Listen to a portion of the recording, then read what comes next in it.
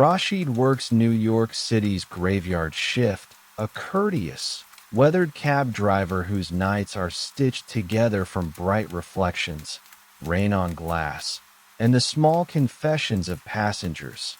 Shortly after midnight, while the city hums and his radio crackles with distant dispatch, he picks up Lila, a restless, stylish young woman with too strong perfume and an edge of fear, and from the first minutes their ride feels off. Soft tapping at the back seat that disappears when he checks the mirror, the smell of something like dried flowers mixed with blood when she sets a paper bag on the seat, and a nervousness in her eyes that makes him ask the wrong, necessary questions. She says she's coming from a late shoot and wants Park Avenue. The rain streaks the windshield into smeared neon, and between small-talk pleasantries Rashid notices in the rearview a pale hand curl around the seat for a flash and then vanish. Fatigue, he tells himself, until later evidence refuses that explanation. He drops her at a brownstone where she fumbles keys and races inside. As the door closes, he notices the bag, the flap loosened, a dark stain at its edge. The app pings him back a ride request pinned to that exact address. A whisper of static on his phone reads like invitation and warning. So he waits across the street, and the city stretches around the cab into a pool of light and shadow. The tapping returns, this time a deliberate knock from the back, then an interior light that stutters to life on its own. In the open bag, he finds a battered music box and a soaked Polaroid of a laughing woman on a rooftop dated years earlier. The same woman, impossibly, who vanished through the brownstone door.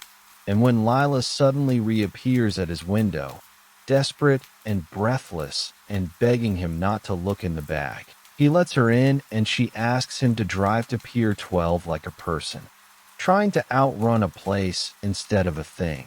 The ride grows colder. The radio churns through a hollow chorus, and shadowed figures in long coats appear like punctuation marks at the edge of streets. At the pier, fog rolls off the water and isolates a single lamp and a bench, and the scene tilts into the surreal as multiple identical, thin figures converge, faces blurred, movements gentle and hungry. Lila walks toward them with the paper bag held protectively. When the figures accept it, they do so with a tenderness that feels like ritual.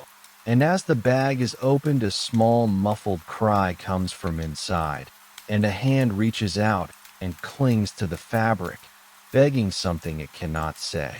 Rashid watches, powerless. He finds Polaroids in the bag that fold his history into the same pattern. A photo of Lila on Pier 12 from 3 years ago, and, jarringly, a photo of himself at that same pier 5 years earlier, smiling.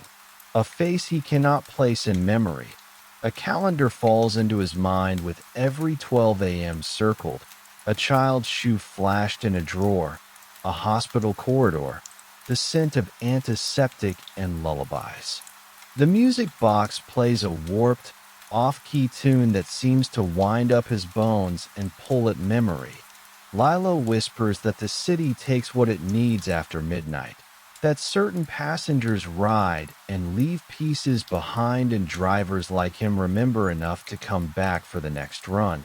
And with that bargain revealed, the figures close in, their mouths forming the same tired chorus as the lid winds down. And for a breath, Rashid glimpses the truth. He has been part of this cycle for years, ferrying fragments of lives to places where fog swallows faces, trading memories for the ability to keep working, unable or unwilling to hold on to what he carries. The figures melt into the mist. Lila's face shifts between sorrow and something not human, and when she leans close to him, she speaks not with malice, but with the weary affection of a creature that has learned to soothe its prey. She kisses his temple, and the kiss tastes like rust and gasoline. And as her warmth drains, he feels his memories tug loose like threads. Dawn, a faint bruise on the horizon, begins to stain the sky. The pier is empty save for a music box while turning slowly in the water and a soaked Polaroid whose image unravels before his eyes.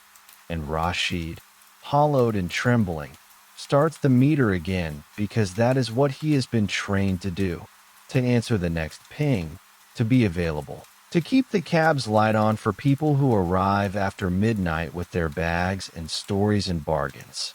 He types a shaky message to dispatch to say he's still in service, watches the city wake into its ordinary noises, and drives away carrying a quiet, gnawing knowledge.